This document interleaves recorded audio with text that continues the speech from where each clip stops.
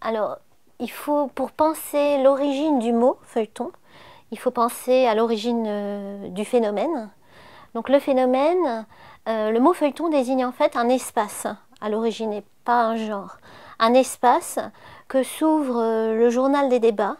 En bas de ces pages, en fait, il avait compris qu'il pouvait augmenter le format de sa page sans payer d'impôts supplémentaires, parce qu'il y a un impôt, une taxe postale, un timbre à payer sur la surface du journal.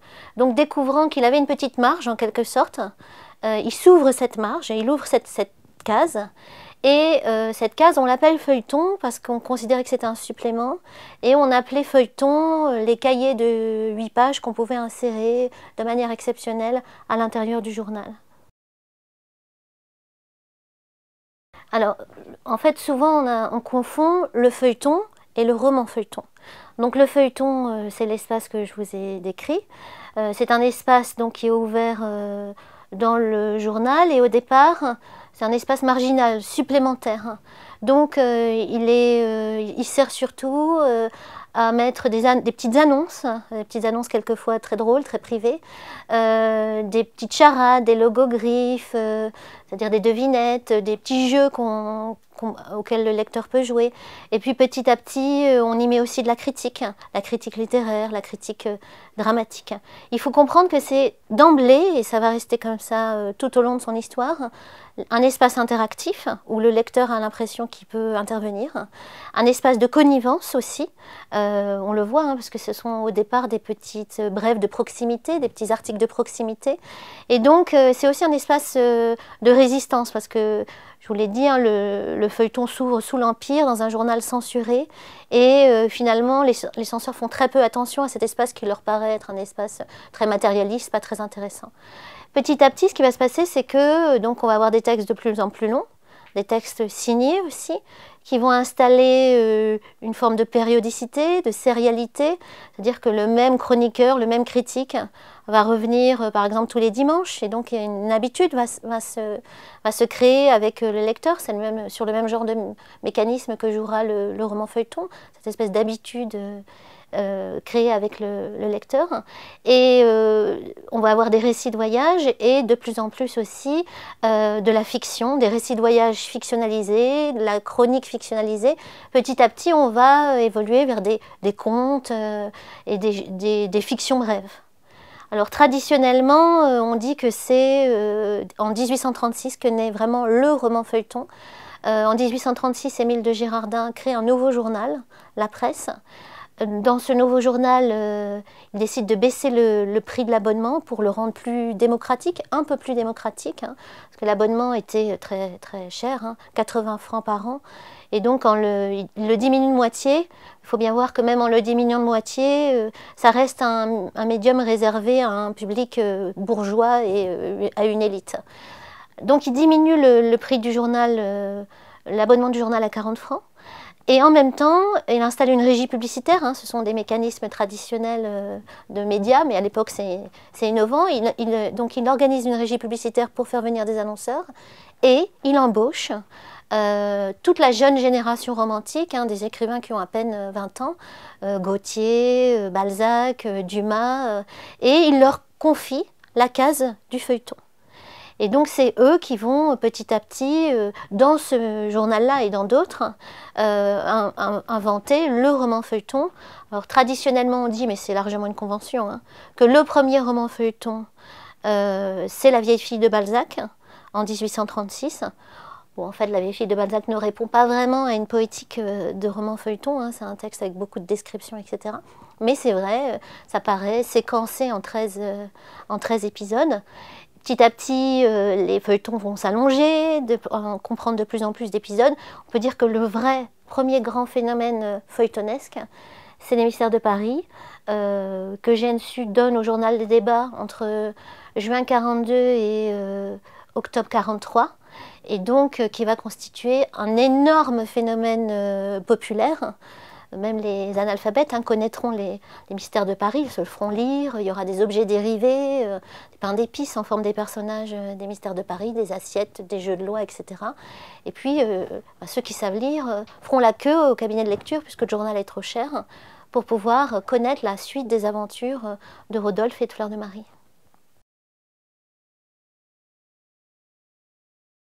D'abord, je vais commencer par dissiper une ambiguïté. Il faut bien comprendre que tous les romans du XIXe siècle, ou quasiment tous les romans du XIXe siècle, sont publiés dans cette case. Donc on pourrait dire que tous les romans du XIXe siècle, y compris ceux de Balzac, de Zola, sont des romans feuilletons. Je crois que c'est important de comprendre que cette case, c'est vraiment un laboratoire aussi pour le roman réaliste. Cependant, quand on dit roman feuilleton aujourd'hui, sans doute à cause de l'évolution du mot et du terme, on pense plutôt au grand roman feuilleton populaire.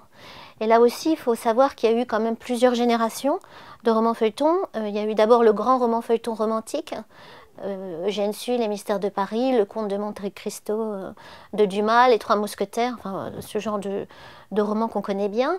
Il y a eu une deuxième génération beaucoup plus rocambolesque dans les années 1860 avec des auteurs comme Ponson du Terrail, beaucoup moins connus, mais qui a inventé quand même ce personnage de rocambole, d'où est dérivé l'adjectif rocambolesque, ce qui indique la poétique du genre, un genre à péripéties. Et puis ensuite, sous la Troisième République, le genre va se diversifier. On va avoir le roman d'amour, le roman de cap et d'épée, enfin on va avoir des variations du genre. Alors les caractéristiques auxquelles on pense naturellement, évidemment, la plus évidente, c'est le roman à péripéties et à suspense, avec la fameuse cantion donnée par la mention « la suite au prochain numéro ». Elle tendait son coffret, l'assassin leva le couteau, la suite au prochain numéro. Donc on connaît bien ce phénomène qui est aussi celui de nos séries télévisées modernes, c'est le cliffhanger en fait, contemporain. Alors il y a d'autres phénomènes, on pense aussi sans doute, quand on pense roman feuilleton, au fait que c'était des romans très très longs, rédigés quelquefois pratiquement au jour le jour, et donc le lecteur pouvait, ou l'actualité, intervenir dans l'histoire même. Il y avait beaucoup de lecteurs, par exemple, dans le cas des Mystères de Paris, ont demandé à ce que Fleur de Marie, la frêle héroïne, ressuscite, ou à ce que le chourineur, un des personnages principaux envoyés en Algérie, revienne. Donc il y a aussi cette idée qui est aussi activée dans les séries modernes, cette idée que le lecteur est en droit aussi d'être une sorte d'auteur sur le roman feuilleton. Il y a un autre aspect qui est peut-être moins connu dans le roman feuilleton, mais qui a aussi son importance, c'est que le roman feuilleton, c'est non seulement une écriture de la péripétie, mais ça active d'autres formes de temporalité moderne.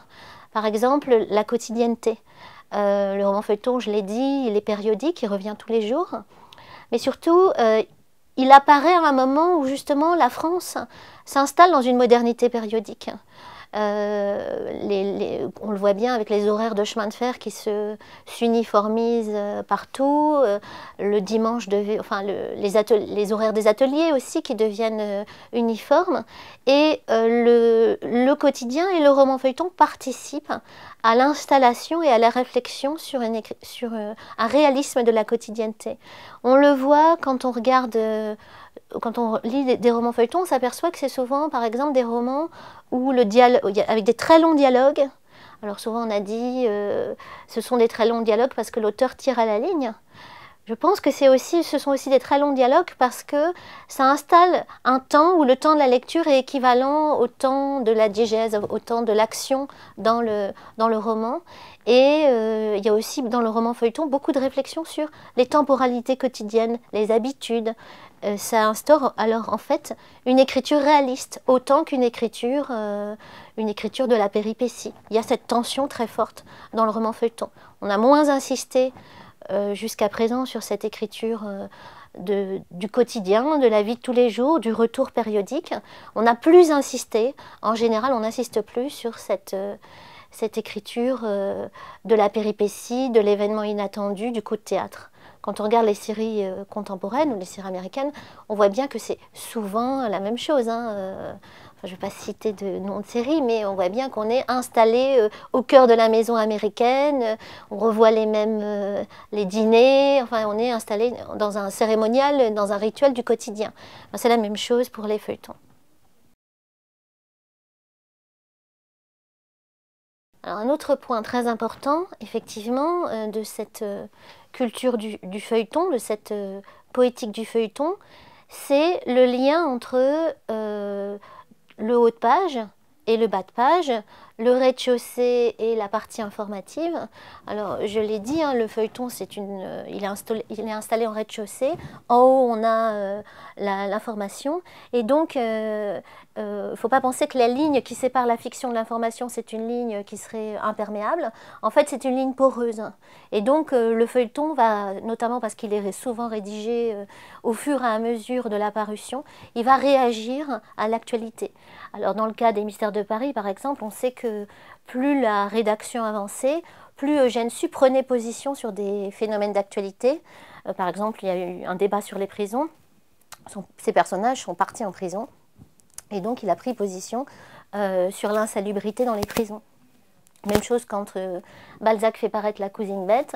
Il y a un grand débat sur l'Algérie à la même époque. Et donc, dans la fiction, les personnages aussi réfléchissent sur la situation de l'Algérie ou font allusion à l'Algérie. Donc ça, c'est vraiment un phénomène essentiel qu'on retrouve, il me semble aussi, hein, si on commence à réfléchir à la pérennité du feuilleton dans notre culture contemporaine, qu'on retrouve aussi, par exemple, dans le phénomène de la série. Et, enfin, quand on pense à Homeland, on voit bien, par exemple, comment cette série américaine réagit à l'actualité au Moyen-Orient.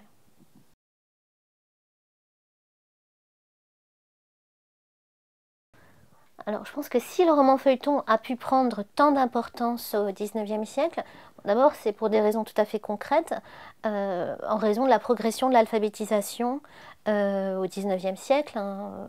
Je sais pas, on passe de 40% d'alphabétisation en 1840, un peu plus de 60% en 1860, et évidemment ça ne cesse de croître avec les lois Guizot, Ferry, etc. C'est également dû, mais l'un c'est un phénomène dialectique, à la baisse du prix du médium et à la baisse générale du coût des éditions populaires. Hein. Le journal, par exemple le petit journal, c'est un petit journal à 5 centimes, c'est un petit journal qui est accessible à toutes les bourses. Alors je parlais tout à l'heure d'un abonnement prohibitif en 1836. En 1863, on n'est plus du tout dans les mêmes coûts et donc c'est accessible à tous. On entre aussi à la même époque, comme le disait Alain Corbin, dans la civilisation des loisirs. Les Français ont de plus en plus de temps, consacrent de plus en plus de temps aux loisirs. Et un des loisirs évidemment importants, c'est tout ce qui tout ce qui relève de la fiction. Delphine de Girardin, une chroniqueuse, disait dès 1836 à son lecteur « Tu n'aimes que les fictions et l'on te sert selon tes voeux ». Eh bien, on sert au public ce qu'il demande. Il demande de la fiction à rebondissement. Il faut aussi peut-être insister sur un aspect que j'ai commencé à aborder, c'est le fait que la fiction, elle est heuristique. C'est-à-dire qu'elle permet d'accéder au lecteur, en tout cas il a l'impression, qu'elle lui permet d'accéder à une certaine vérité sur lui-même. Et donc il y a une fonction exploratoire de ces fictions, notamment elles explorent la question des identités. C'est ce que disent les lecteurs de Sue quand ils écrivent à Sue au moment des Mystères de Paris. Grâce à vous, grâce à votre fiction, dans une société qui est assez opaque au niveau social, j'ai compris où me situer. Donc il y a vraiment peut-être encore là aussi, comme certaines séries aujourd'hui, hein, notamment certaines séries destinées aux adolescents, il y a une capacité à réfléchir sur les identités sociales, raciales, etc. Et puis, ce qu'il faut comprendre aussi, c'est que, comme l'a dit Jean-Marie Schaeffer, il y a une éducation à la fiction. La fiction, c'est pas apprendre comment lire une fiction, c'est pas quelque chose qui vient immédiatement. Il faut être éduqué. Et plus les fictions sont diffusées, plus très tôt, à l'école par exemple, on commence à lire des récits d'imagination, plus en fait ce savoir et ce goût se répandent. Et donc à la fin du siècle, on a une population française qui est non seulement friande de fiction, il faut voir que les journaux sont très lus, hein, 4 journaux tirent à plus d'1 million d'exemplaires, c'est-à-dire beaucoup plus qu'aujourd'hui. Les journaux sont très lus et surtout ces Français, non seulement ils savent lire une fiction, mais même ils ont un peu tendance à fictionnaliser l'actualité, hein, sous la pression justement de cette porosité dont je parlais. Donc ils interprètent assez facilement l'actualité et ce qui leur arrive à la lumière de ce qu'ils ont lu. C'est ce que Marc Angenot, le chercheur canadien, appelle le romanesque général. C'est-à-dire le fait que aussi les plaidoiries des avocats, les réflexions des médecins sont pleines de fiction. Parce qu'on pense avec ces catégories-là.